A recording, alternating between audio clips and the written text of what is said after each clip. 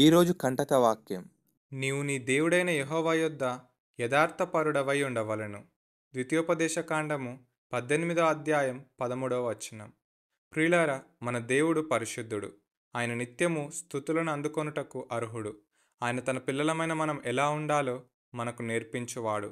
ఆయనతో సమానముగా మనలను హెచ్చించువాడు.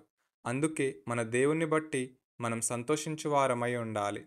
ఆయన మాటలను అనుసరించి నడుచుకొనుటకు మనలను మనం సంపూర్ణముగా ఆయనకు అప్పగించుకోవాలి. మనం ఈ లోకంలో ఏ పాపము చేయకుండా పరిశుద్ధముగా జీవించడమే మన పట్ల దేవుని ప్రణాళిక అని మనం గ్రహించాలి. మన పితరులు కూడా పరిశుద్ధముగా జీవించి దేవునికి సాక్షులుగా మారారు. దేవుడు మన నుండి యథార్థమైన హృదయాన్ని కోరుకుంటున్నాడు. ఇందును గురించి దేవుడు ఇశ్రాయేలీయులతో ఈ విధంగా సెలవిస్తున్నాడు. నీ దేవుడైన యెహోవా నీకిచ్చుచున్న దేశమున నీవు ప్రవేశించిన తర్వాత ఆ జనముల హేయకృత్యములను నీవు చేయ నేర్చుకొనకూడదు. తన కుమారునైనను తన కుమార్తెనైనను అగ్నిగుండం దాటించువానినైనను శకునం చెప్పు సోదగానినైనను మేఘశకునములను గాని సర్పశకునములను గాని చెప్పువానినైనను చిల్లంగివానినైనను మాంత్రికునైనను ఇంద్రజాలకునినైనను కర్ణపిశాచి నడుగువానినైనను దయ్యముల యొద్ద విచారణ చేయువానినైనను మీ మధ్య ఉండనీయకూడదు. వీటిని చేయు ప్రతివాడును యెహోవాకు హేయుడు. ఆ హేయములైన వాటిని బట్టి నీ దేవుడైన యెహోవా నీ ఎదుట నుండి ఆ జనములను వెళ్ళగొట్టుచున్నాడు. నీవు నీ దేవుడైన యెహోవా యొద్ద యథార్థపరుడవై ఉండవలను.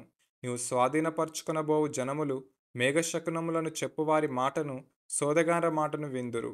నీ దేవుడైన యెహోవా నిన్నాలాగున చేయనీయడు అని. ప్రియులారా, సర్వశక్తిమంతుడే మన చేయి పట్టి మనలను నడిపిస్తుండగా మనం ఏ శకునమునే గాని ఏ సోదగానినే గాని నమ్మకూడదు. వాటి విషయమై ఎటువంటి అనుమానం కలిగి ఉండకూడదు. ఈ లోకంలో అనేకులు మనలను వెనక్కి లాగాలని చూస్తారు. అనేక పరిస్థితులు కూడా మనలను వెంటాడుతూనే ఉంటాయి. అలాంటి పరిస్థితులే సౌలురాజును సోదెచెప్పు స్త్రీ దగ్గరికి నడిపించి దేవుని కోపానికి కారణమైంది.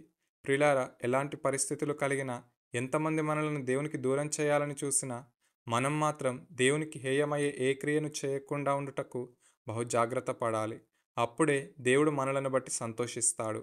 యోబు కష్టాలను మనం గుర్తు చేసుకుంటే, సమస్తమును కోల్పోయినను, తన ఆరోగ్యం పోగొట్టుకొనినను, చివరికి తన భార్య దూషించినను, అతడు మాత్రం తన యథార్థతను విడవలేదు. ఈ విషయంలో యోబు సాతానును ఓడించి దేవునికి విజయాన్ని అందించాడు.